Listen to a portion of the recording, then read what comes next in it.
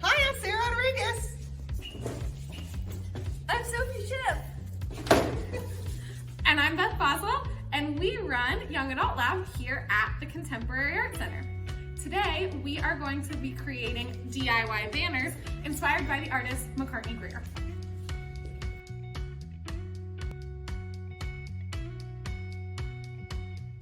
In 2018, Macartney was our artist in residence. She uses her art to express small victories in everyday life.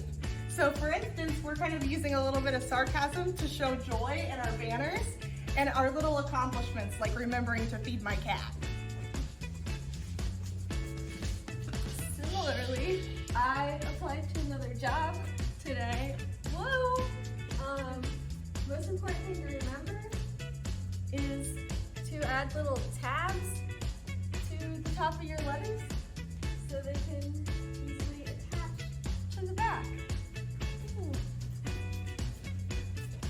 Finally, in my banner, I chose to share that I successfully shared my emotions this week, which we are working on. So stay tuned for a time lapse on how to make your own banner. Make sure to share your final products with Cincy CAC and Cincy CAC teams on Instagram.